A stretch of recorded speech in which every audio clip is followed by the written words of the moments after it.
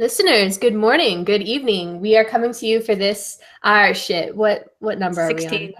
We're coming to you with our 16th episode of the Non-existent Story, and this is storytelling, story listening. Well, there's an intro that explains all this. So basically, Casey's going to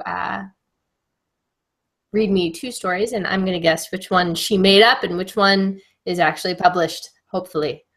But which one she stole. But that doesn't always happen. So we'll see how it goes this time. If I'm pretty much as good at this as I'm going to get, I think. I know, right? We may have peaked. Yes. Yeah. Well, so this week was a difficult week, and or this fortnight rather. So they're a little long, but the genre, I'm going to describe the genre as beatnik fantasies. Do you know what a beatnik is? Or the beat generation? I thought that was someone who was looking for a job, but I'm not sure. I think if anything, they're fleeing from jobs. No, beats are it's a group of kind of romantic bohemians that came into age in the 50s in the US. So like Jack Kerouac on the Road and William Burroughs, Naked Lunch, and all. There's a whole style of poetry. Allen Ginsberg's Howl is considered. So it's a kind of romantic bohemianism that dominated the literary landscape in the US for a while in the 50s and after, but it's been very influential, and they're still kind of popular today for a lot of people. They're like a coming of age. How do you spell beatnik? Is it with an E or an I? Beat as in BEAT, NIK. NIK. Beatnik fantasies. Well, I like all things bohemian, so I'm probably gonna like this too. Me too. Yeah. So they're basically bohemians. They're wandering bohemians, but in the age of the car and the highway. So their bohemian wanders can go quite far. Bohemian grunge. Yeah, you could say that. I'm having some issues with my music. 1 second.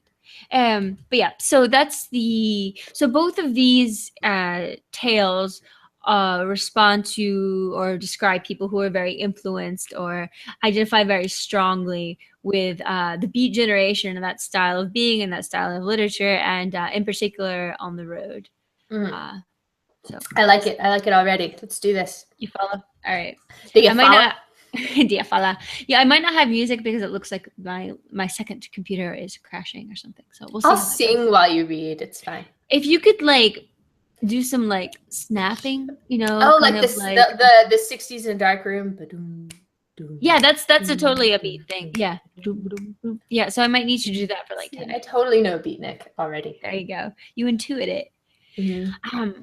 Okay, here we go. Are you ready? Yes. Okay, story 1. Brief summary or setting of scene. Somewhere in Western Europe, 2 men are cleaning up an American country-style restaurant with stuffed animals on the wall and a guitar in the corner. It's the end of a long day. The customers have left, turned off the techno pop, and they've switched to Charlie Parker, soaring irregular wails on the trumpet, cool and bluesy, and then Bob Marley. One of them wears a leather jacket and calls himself Dean Moriarty. The other one, the writer, calls himself Sal Paradise, alias of Jack Kerouac and On the Road.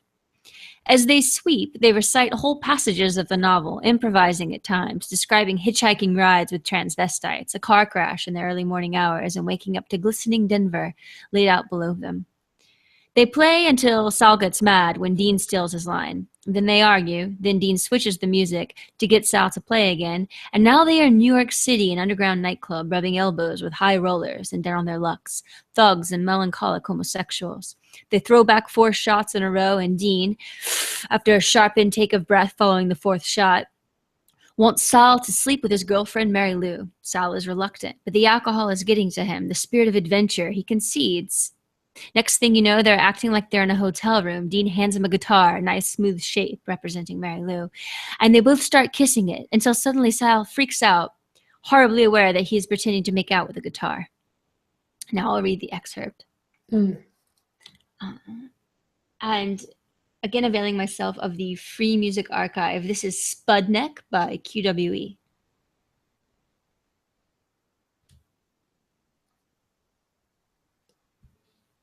possibly. Can you hear it? Yes. I'm not playing anymore, says Sal. But dude, says Dean, this is intense. You are thinking about leaving your life and starting a trip full of obstacles and profound experiences to the unimaginable San Francisco. Listen to me, says Sal. Dean continues.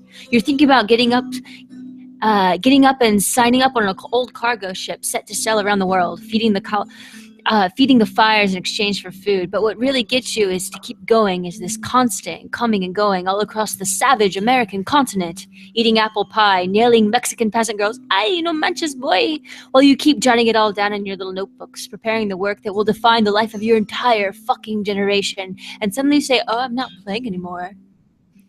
It's that I've been looking around. And you know how it is when you wake up thinking about something and suddenly it's 3 a.m. and you're still thinking about the same thing, that in fact you haven't stopped thinking about it, that in a way it's been the only thing you've been thinking about all day? Well, then it's important, isn't it? Isn't it? Dean shrugs his shoulders. Dude, says Sal, we're going on a trip. Yeah, Denver, we're going to Denver. No, wait, I mean we are going, you and me, on a trip to another country. That's why we're still working here, saving so that we can go on a trip. The two of us, our life on the open road. All right, says Dean. We said we would when we had the opportunity. Here it is, says Sal, excited, and he hands Dean the paper. It's everything. Everything I've been planning the last 2 weeks. Look, this is how much a trip to Italy costs. This is what it costs if we buy it this week. And you say, wow, that's quite a difference. And that's because this company has a deal, a special offer. And why to Milan? Well, it's the cheapest destination. Once we're there, we can buy a ticket for national travel. There are 8 different classes of travel. We need to talk, but basically from what I've researched, the best one for us would be the 7th. Italy, Greece, Slovenia, Turkey. Imagine how wild. The thing is that the trip would cost about 400 euros one way, and we'd be able to catch ferries between all of the Greek islands, with some exceptions. It's super great. It's really great. And look, here's the itinerary, lodging, some pictures of some places that we might want to visit. So you see this, there it is. And I planned the whole thing assuming that we both saved the same amount, but if you haven't, I can load it to you or whatever, and you can pay me back. The thing is that we both have to go, the two of us. What I'm trying to say is that the money should not be an issue. Anyway, the special expires tomorrow. So after work, we'll bring our passports, do the paperwork, and in 2 weeks, we'll be in Italy. But we have to decide now. If we let it go by, the special offer won't be valid, and we'll be back to where we started. Okay. You've done a good job, sighs Dean. A really good job. But can I ask you, do you think now is really the time? I mean, we've had a long day, we've both worked hard, we're both tired, and I just don't think now is the right moment to talk about this. Can we talk about something more interesting? But I already explained to you. We've waited so long, pleads Sal. Fine. You want to talk about it now? Fine. Well, when I'm talking about our opportunity, I wasn't referring to this. This does not seem like our opportunity. This is not exactly our opportunity. This is not our opportunity in any way whatsoever. This is one of those travel packages for lonely old ladies. I thought we had set some of the terms. I thought we had understood each other well enough. When I'm talking about our opportunity, I'm talking about the absolute presence. The abysmal present? Chuckles Sal. That moment in which a window opens in the heavens and a fleet of fighter planes or avenging angels descend and you bring me a special offer from a travel agent with complete itineraries and like a packing list, comfortable clothing, hiking boots, sunglasses and or hat, mosquito repellent, a small handheld flashlight. I thought we were talking about something grander than this. And that is what I mean when I say, can't we talk about something more interesting right now? If I bring you this, Sal replies, it's because it was what was available given that we are limited by certain factors. Let me ask you, says Dean, do you think that our opportunity and special offer are the same thing? Do you think that special offer is in any way an interesting phrase?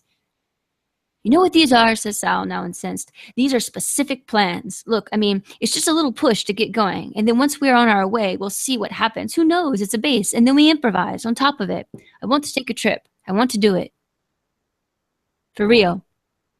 You are terribly confused, responds Dean. In the moment in which we define our base, our life project, we began our journey. The moment in which we started playing here, pretending, we began our journey. Every night when we cross the fucking continent of America at 60 miles per hour, we are beginning our journey. It's not true, exclaimed Sal. I mean, it's not real. You're talking about things that aren't really happening. Our life's plan was not to stay here talking and then make out with a guitar. Yes, we said we would live in the present, but in first person. We said we'd finish school and then we'd go, and we finished school, and we said we'd finish college and then we go, and we finished college, and then we said, we're ready, we're on the brink of starting our life, let's go to work, let's save up a little, and then let's go, let's travel the world. And we've saved up, and we haven't done anything. What do you mean we haven't done anything? I mean, says Sal, struggling to find the words, we haven't visited any places. We haven't visited any places? Okay, now I understand. You want to visit places. You want to go to a ton of places, taking photos in front of statues, buying pins in the museum gift shops, all that shit. And the Mexican peasant girls? You're an idiot. You don't want to travel, says Dean. You want to tour. You want to move from places to other places. There's a big difference, you know. You want to go to the places where everyone else has already gone so that you can say, oh, look, this is the cathedral of who knows who. You're going too far. I want to be a bohemian now. I want to embark on a voyage of personal discovery now. I want to be Dean Moriarty, and I want to be him now. End of scene. Okay. Questions? I think I got it. No, I don't believe so. Excellent. Okay. I'm ready for story 2. Okay. Story 2. Mary Lou, or let's call her that, had always liked books about runaways, movies about runaways, so it was only natural that she should find a soft spot for wandering junkies and other luminaries of the vertiginously decaying aristocracy known as American intelligentsia. In those days, she read mostly William Burroughs and Jack Kerouac, occasionally Paul Bowles, and she had thought she might want to become a lawyer or an actuary, but now she wasn't so sure. Neither seemed to promise a life full of intense and vital experiences. She had never left the country before her semester abroad to France. Halfway into the semester, she stopped attending classes and seized what she saw, anyway, as her opportunity and took a train south to Malaga, and then, trembling, bought a ferry ticket and arrived the next day in the Moroccan port city of Tangier, where, 60 years before, William Burroughs had, between or in or craving heroin-induced trances, written the notes that would become Naked Lunch. Morocco was cheap and, she imagined, small, with no real itinerary, and feeling always as if she were slowly hurling herself into something. She bought a bus ticket and headed further south, writing in her spiral-bound notebook all the time, as she imagined a beat writer would. Excerpt. And this will be accompanied by, I really like this song, Tamala, by Abdullahi Al-Hassaneh Touré, who's from North Africa.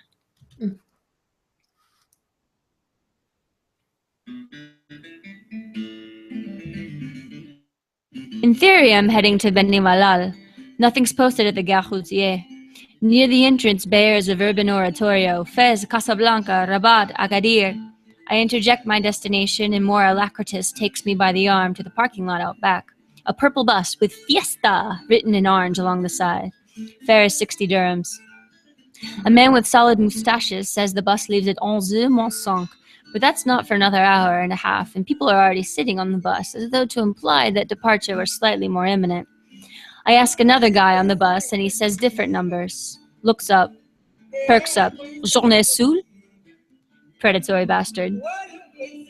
So long as I'm going. Gotta move, gotta go, go. That's what they did, those beat writers. Go, they shout in manic polyphony, but I don't always listen and I don't always move. At present, we're 30 degrees off going. Every seat on the bus absorbs passengers. We begin to roll forward, still slurping up more of them, filling the aisle, filling the steps, body heat and sun heat and engine heat, melting passengers so that they soften and mold to one another to let more in. Note: The viscosity of the average human being is lower than you might think. The nomadic peoples of the Western Atlas Mountain region further diminish their viscosity through the practice of infant compression. After a child is born, the midwife places it into a small vacuum packer and gently compresses it. If done properly, the child will eventually resume its original humanoid shape, but thereafter retain a malleable fluid quality, which, as you might imagine, has all kinds of uses. If done improperly, the child will die or, in rare cases, appear physically fine but experience a severe emotional compression, predisposing it to unexpected and severe outbursts of anger later in life. Old men with no luggage spring up from the emptiness to hail the bus, then dismount to evaporate into lyric wastes. We reach another town that is the same town in a different place, and here we pick up women in tropical jalabas, black eyeliners smudging down faces bleached in homage to European beauty. We gather them from their houses in front of little coffee bars on the way back from visiting their cousin. The perseverant go shrills deep within. It's all okay as long as we're moving. Is motion itself a drug? Does the perpetual going that the beats wanted, lunching naked on the road, rushing towards the maximum hilt, then pushed to an even further extreme, always a higher high, a lower low? Can the effect be the cause? Can the high be the drug itself? Can I go on go? The fiesta engulfs 10 more people. Solid mustaches squeezes his way down the aisle, collecting fare. A scrawny boy, not more than 20 years old, wriggles in the row behind me and takes the last seat while a woman with a baby has to stand. Solid mustaches begins shouting at him to move, I think. The kid won't budge. He wheedles excuses, and the terrible stress of Solid Mustaches is building. You can see it. He's reached over my head now to grab the kid by the collar. I press against the window as Solid Mustaches looms over me and closes in on the boy. One yells, the other whimpers. A man in the aisle places his hand on Solid Mustache's shoulder. Safi, Safi, he says. Enough, enough. But the midwife squeezed too hard on baby SM. He grabs the boy under his arms and hauls him over my head. He presses him through the crowd and shoves him head first out through the door. The boy braces himself in the doorframe, two scrawny arms clutching to stay on the bus like a mindless struggle to go. But Solid Mustache is on a righteous crusade, purging the fiesta of this worm who takes seats from women with babies, of sloth and selfishness, of all which is an affront to the dignity of men. End. I like these both. Ah, well, I'm glad. They were very good. So bohemian. I feel like I should take a trip now without an itinerary or actual way of moving anywhere. That is often part of it.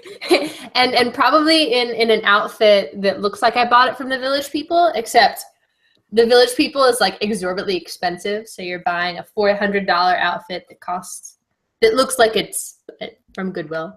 That would be the difference between the hipster and the true bohemian. But I did think about the hipster a lot in these two stories. It feels like a precursor, the way they were presented. The hipster, I should say, the bohemian build-up to the hipster. Or perhaps the hipster aspiration to the bohemian. Who can say? But let's see, how shall I approach these two? This is going to be a little challenging because they're both pretty abstract, certainly at least in summary. There's a flow. They're really more capturing the thoughts and conversations. It's not really a plot or an ABC step kind of. Yeah, I think they're about like and that's why maybe like if we talk about hipsters and things like that, we're talking more about people's social identity in a given like fixed community and their appearances. Whereas I think that these have more to do with like an internal, intimate desires and passions and wants and impulses and this kind of like tumultuous inner life that's propelling characters and sometimes overwhelming characters, but pushing them in different directions or keeping them in the same place because their idea of going somewhere does not align with the other person's idea of going somewhere. Yes, particularly in the first one. I think I'm going to approach these by impressions that I got from the two different stories. So the impressions that I got, I'll start with story one. And again, the focus here is explicitly on the excerpt versus the summary, which is just to build up the scene, which you've used before. So in the first one, my favorite part was that I felt like during the entire excerpt that they may or may not have been fondling a guitar as they were talking. which was evoked also by the playing of the guitar in the background. I felt like that paired really well. So this whole time, it's just like this subtle kind of absurd background question, which was really great. So that was the main impression. I mean, but the guitar at the moment seems to suggest a kind of limit of fantasy life.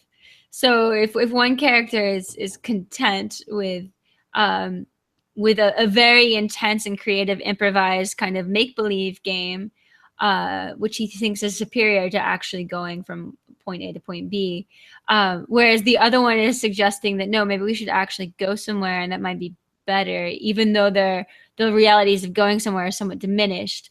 What seems to be the dividing line is precisely the point in which you find yourself pretending that you're having sex with a guitar that is the other person's girl. Like, that might be the point where the fantasy might fall apart. But of course they don't point that out, and that leads into the second part of story one, which I also loved and left a great impression, which was that this is too I infer they're American and they're traveling the two guys. Yeah.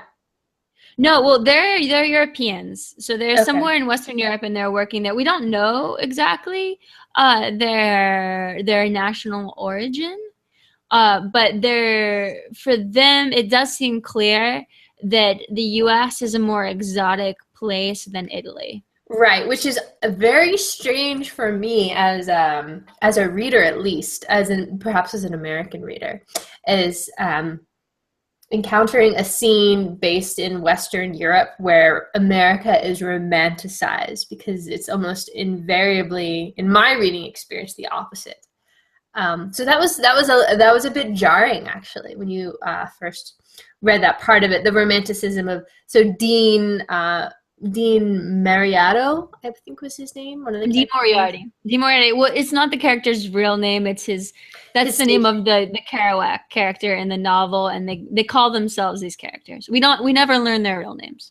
Right. So I immediately thought of James Dean, and that American symbol of what, rebel without a cause, and that whole romanticism and futility that I associate with that character. I don't know if that was intentional or not, but that was the impression that I had again.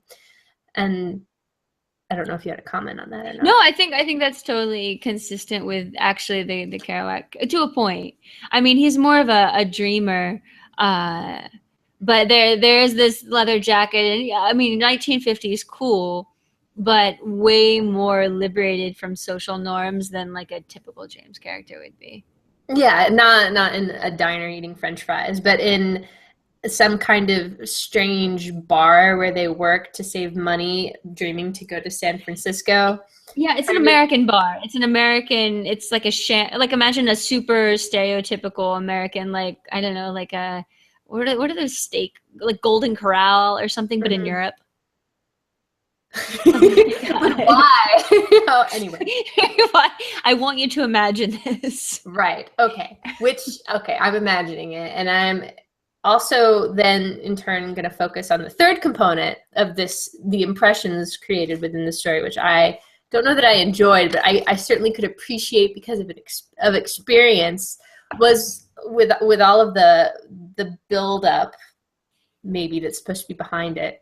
All of these two characters really is two drunk, just out of college, approximately college age dudes being really, really drunk and having one of those drunken conversations about life that everybody in college has, which feels really deep and philosophical and all-encompassing when they're having them. But if someone sober is listening to them, as you as a reader are, you're like, these guys. Well, they're not drunk because they're working there. They're cleaning up. They're cleaning up. They were taking shots at one point, weren't they? They're pretending to take shots. Oh, I see. And that's part of their make believe. But I mean, there's a totally a youthful vitality going on, and they get very caught up in this kind of naive, dreamer, romanticized world. So yes, they're not drunk. Okay. They're not drunk. They're if anything, they're intoxicated by their fantasies and the intensity of this this fantasy in which they pretend to be these characters and quote or improvise. It's kind of a fandom. You could call this like a Beatnik Fandom. Could also be a title for this. Yeah, that makes it almost more sad, the conversation that they have, because there's no excuse of what chemical intoxication for their limited way of expressing themselves. Or maybe it's more of a representation of the times in which they're expressing themselves. Do you think they have a limited way of expressing themselves? I feel they seem to communicate in a form of cliches, was my impression. One was like the no, it's all about. Well, one was more about the fantasy, which the end result in reality is you don't go anywhere, and the other one was about actually going anywhere, which was an affront to the fantasy and translated into kind of a cheap tourism. But they don't have. Maybe you would hear in older characters would have a more frank and direct conversation that would get deeper. But because they're younger, they try to be deliberately deep, and it becomes a bit of a kind of I mean, this is the language that they have. They are. It's interesting that you point that out. That like they've immersed themselves, both of them, so much in this particular world and this particular way of expression that by now, and even if you don't know what like a beatnik is, you would recognize like the snapping thing or a lot of the like the long, elevated, intense kind of. Passionate, searches for intensity that for truth, man. Yeah, they totally. Well, I mean, again, like it's from the 50s, so right. it's a 50s bohemianness that I think to like the postmodern era, whatever, in which we're all about like irony and skepticism. It definitely sounds kind of like naive. But again, there's a reason. This is still like one of the best selling. Well, on the Road by Kerouac is still like a huge bestseller. So there's a way in which it tends to kind of resonate, I think, with a high school age angsty. I agree.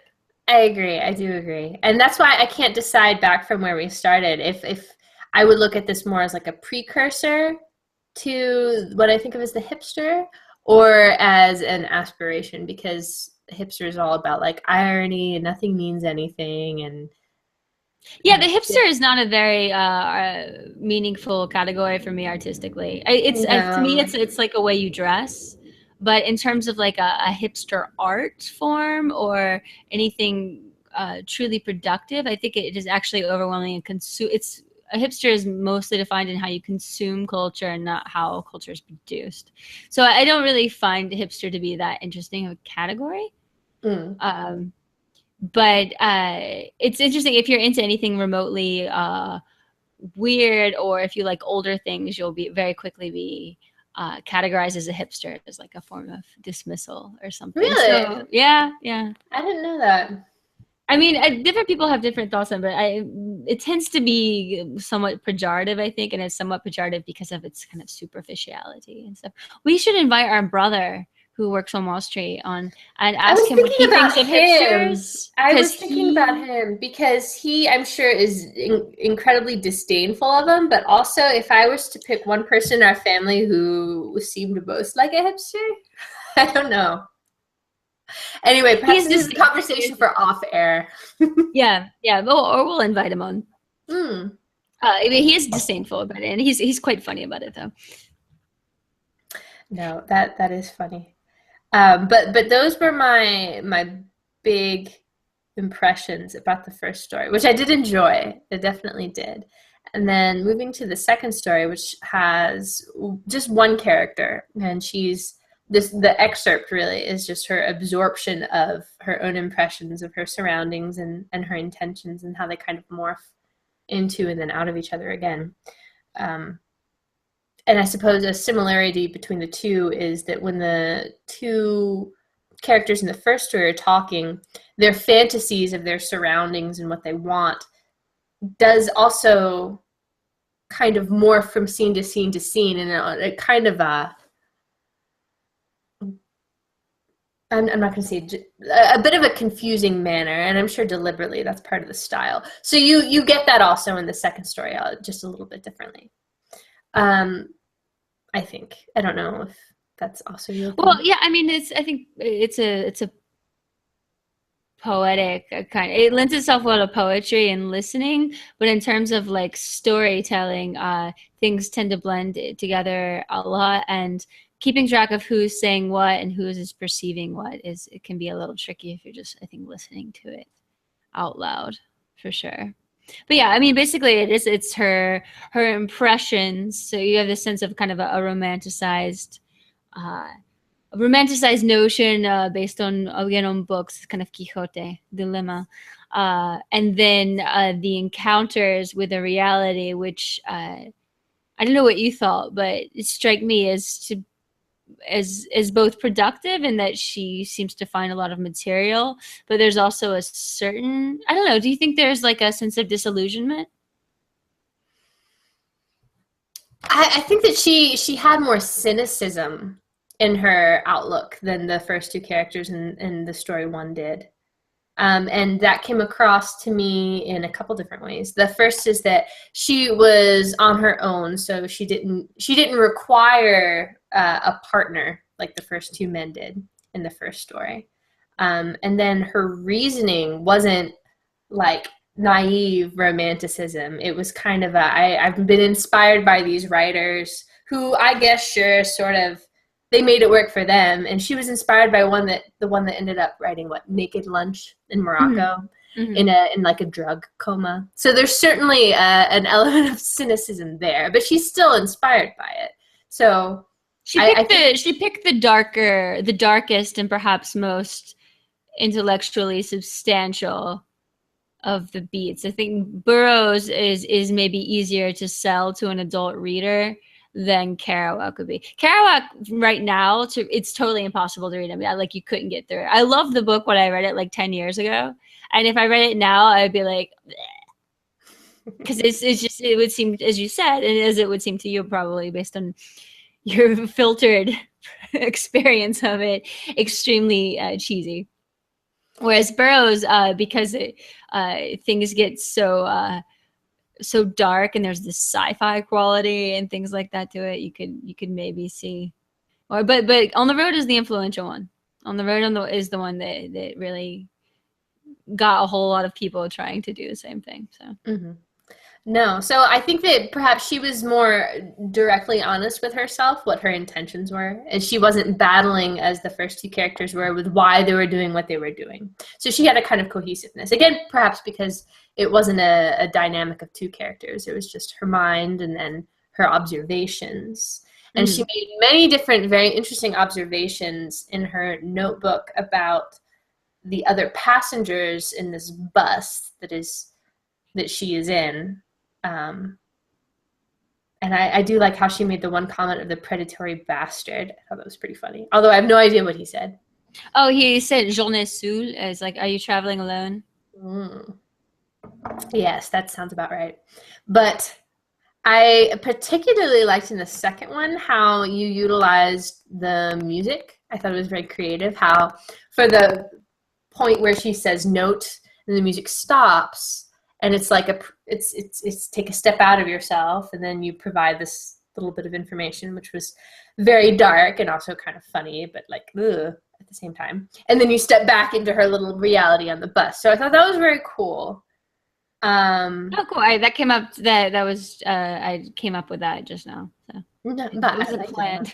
No, it was very good. Wow. And then I also enjoyed how that note was incorporated again into the ending of the story. The character Sofa, I think his name was. Oh no!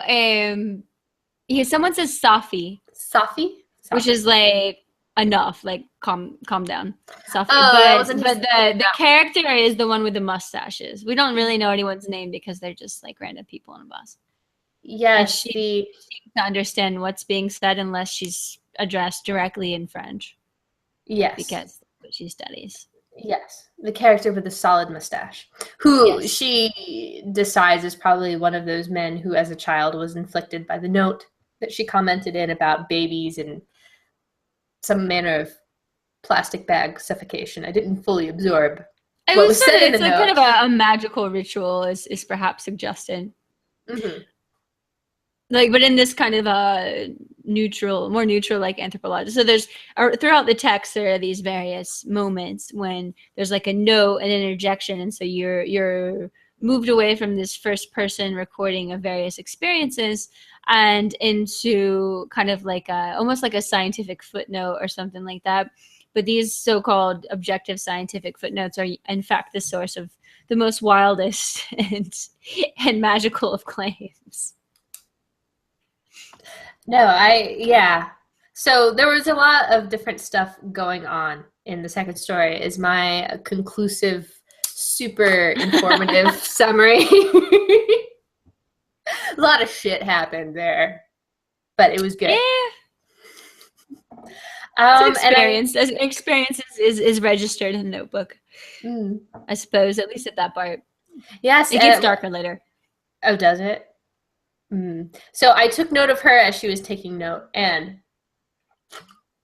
based on my notes of both story 2 and story 1, do you like that segue? That was seamless. It was pretty. I shouldn't even I almost pointed it out because it was so good. I know, right? Like now we've broken the fluid, perfectly. I just wanted to make sure everybody caught that it happened. That was my main. Anyway, I think I'm ready to guess which one of these that you wrote. I think, and I think you are too. I either feel very certain or that I've been set up in a very obvious trap. But I'm gonna go with the obvious. Well, it's not really obvious, actually. I'm. It's pretty obvious. So, with that encouragement, it's so obvious. Obviously one or two. I mean, it's. I'm going to say, and I won't give my reasoning until after I say it, just in case I'm wrong. I'll look slightly less the fool. I'm going to say that I think that you wrote the second story. Yes, I did write the second story. Okay. All right, and I'm. I knew. Well, I'll tell you about my saga trying to come up with something this week. But at the end, the first thing that you jettison is the ability to fool the other person, because you're like, I just have to have something. So I will give you my reasoning, and then I would love to hear about your experience. And you, for our listeners, she did message me earlier saying that this was a difficult birth. So I'm sure the saga was pretty intense. But my reasoning would be the contrast of profanity in the first story versus the second story, because the F-bomb is used in 2 contrivances in the first, and the worst we get in the second is predatory bastard. And I know that you, despite yourself perhaps, are slightly puritanical about profanity. Point 2, you have been to Morocco, as has this woman, also I think by yourself. So there is a little bit of autobiographical transfer there, I think. And then the rhythm of your reading in the second one, it was very beatnik. There was a tone. It was pretty consistently. It worked really well for the beatnik, and it seemed to be more emphasized in the second than the first, which made me think it was part of the developmental kind of creative process that you used.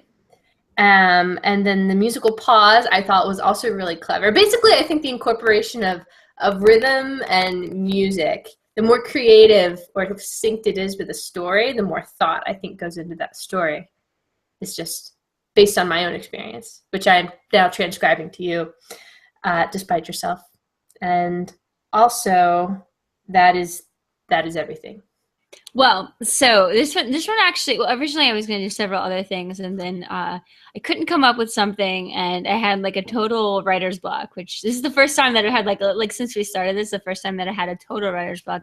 And so my tactic in response to this writer block was to find something that I had already written. And then think of something that would be like that. So the Morocco's text is a text that I wrote 8 years ago, I think.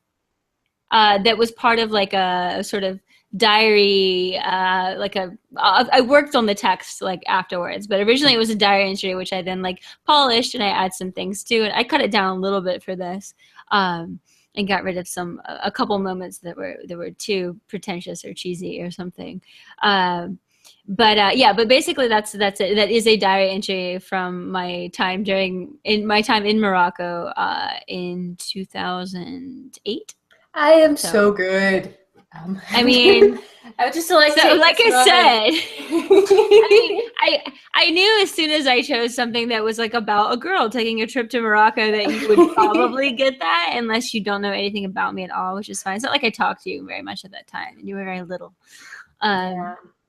You were but a wee one. Mm. But yeah, so then I had to kind of make up kind of the summary is what I wrote like an hour or whatever, like half an hour ago, an hour ago, the excerpt to kind of give it a little bit of context. But then the first one was the more time consuming one. And I'll tell you why. So the first one is a play that I saw in Spain this summer called No Soy Dean Moriarty. I am not Dean Moriarty, by Joan Yago. His name is. And basically it's a play and it's set in this kind of restaurant, and it's about this tension between fantasy travels and people who kind of want these two guys who maybe want to live this life of a novel and live vicariously all these experiences, but not necessarily go anywhere. And then all right, so it's a play, right? So I recorded it, and this is all in Spanish. So I recorded the play, and then and it worked really well. I thought it was the only thing I could think of to match with this. So I listened to the play, which was like an hour and change, and until I got to something that I could kind of transcribe. So I like flash transcribed, listened to it. So that took like 2 hours maybe. Oh wow! Just that part. But actually, I thought it was funny that you found it so cliche, because like maybe part of it could be with my limited translations and stuff, but I thought it was a really it set up some interesting problems about, because I love travel and obsessed with travel, and it's like a very important part of like my identity, but like what it means when we say, oh, it's really important to travel. Like why? What does travel mean? Because maybe you could be doing a lot of the things that you think travel is doing in another way. Maybe you could be having these, intense experiences or something like that in a different way. So even though I think it's interesting, because in the play the play lands emphatically on Dean's side, on Dean Moriarty, of like, this is real, these pretend games that we play in our restaurant, and this like travel package or whatever is bullshit. I'm not really sure that it's that quite clear. I do kind of have a soft spot for the guy who at least wants to try something. I didn't think the plan sounded all that bad. But what's really interesting is one of the first things that you landed on is the European perspective. Because the savage American continent, and like I think the Beats, one of the reasons they've been so popular is because they made America exciting and romantic and adventurous, whereas Western Europe becomes like museums and cathedrals and travel packages, Yeah, I mean, there was a lot going. I did like that it tried to, if not address, at least discuss that kind of, I would say, argument about travel, like why it is, as you said, important, and the different views, because it comes from multiple sides. That's an interesting question. And on a kind of side note, but I'm going to link it back. Watch me. I am doing this Socratic. I don't know if you've heard of it. It's called Socrates Cafe, No. which exists in most states, I think, in the U.S. and then a couple other countries, where you get together in a location and hopefully other people show up, and you come up collectively with a couple of different questions to discuss, and they have to be kind of philosophical in nature. And then you vote on which one you're going to talk about, and then you decide. And then for the next hour, you kind of talk about your impressions of this question and what it means to you, and then you start to build on it. And it's kind of cool. And I've gone to a couple of them at my local public library, just started. And it's called the Socratic Cafe. And I would be interested in bringing up this very question, because I'm sure that a lot of people have kind of varying opinions on the importance, or if not the importance, then the reason why travel is important or developmental, or if it is even that. It's a worthwhile discussion to have. Yes. And I do admire anybody who tries to address it. So that's my 2 cents on that I I cleverly think packaged for you. I like it. No, it's definitely, it's interesting. And I think one of the things, even though his alternative is not extremely, is not necessarily the solution, to say that, to reduce travel to collecting souvenirs and going to tourist traps. I really don't. I think a lot of people can travel and get very little out of it. So it has a lot to do with the attitude and the impulse and the willingness to be uncomfortable. But in the end, he's not willing to be even remotely uncomfortable. He just wants to stay and keep doing the same thing. And I think one of the reasons that the play lands so much on that is because from a theatrical perspective, it maintains the action within the space. You don't have to move anywhere else. It's just one scene setup. The scene people have a very easy job. Yes, it would be much harder to film a ferry to Milan, and then because it's just like already putting a road movie in the theater is already a little complicated. Second side note: if I were directing this play, I would have an actual woman dressed up like a guitar, being fun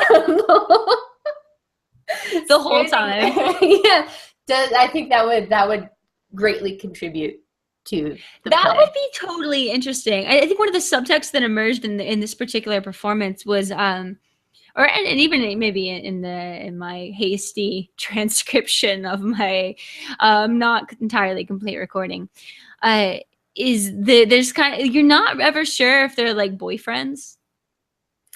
Oh, the sexual tension undertones, very important. Yeah, very important. Well, it's just like the insistence on them needing each other. And I think on one sense it works artistically because the one guy is a really good writer and the other guy is the guy, Di Moriarty, is the guy who's the crazy one and makes shit happen. So he's the one who wants to take the risk, and he's the object of attraction, and then the other one can participate to a point, and it can keep up to a point and shares some of his ideals. But you need the actor and the writer, because just with the writer it wouldn't have been as interesting, and then the one who's so crazy is never going to write anything down. Mm-hmm. So as a creative pair, it makes sense as well. I like that dichotomy as well. And on that note, I think. Well, what are you drinking? I've only had 2 beers, actually. I don't say that disparagingly. What are you drinking? Big Wave. This is my second time drinking it on this podcast. It's the only Hawaiian beer that I've ever tried, and it's mellow, and I like it, and I recommend it. And in fact, 2 frat type dudes were also looking through beers as I was at Safeway shortly before this podcast started, and I had to make a run. And they were debating on which they would do and why. And one had this full beard, almost hipstery, and he was bald on top. It was like, yeah, dude, I don't know. And I had just seen them not 10 minutes before playing street hockey. Make of that what you will. So I felt pretty confident, I know what I'm going to drink. And I know that it's good. And I don't need to have this discussion and play off some other dude because I don't have any friends. But that's beside the point. So on that note, perhaps we should end the podcast. Well, but this is why we podcast. We want friends. And friend us. Yes. Be friends with us. Friend us. All right. We need you. All right. I'm detaining the transmission.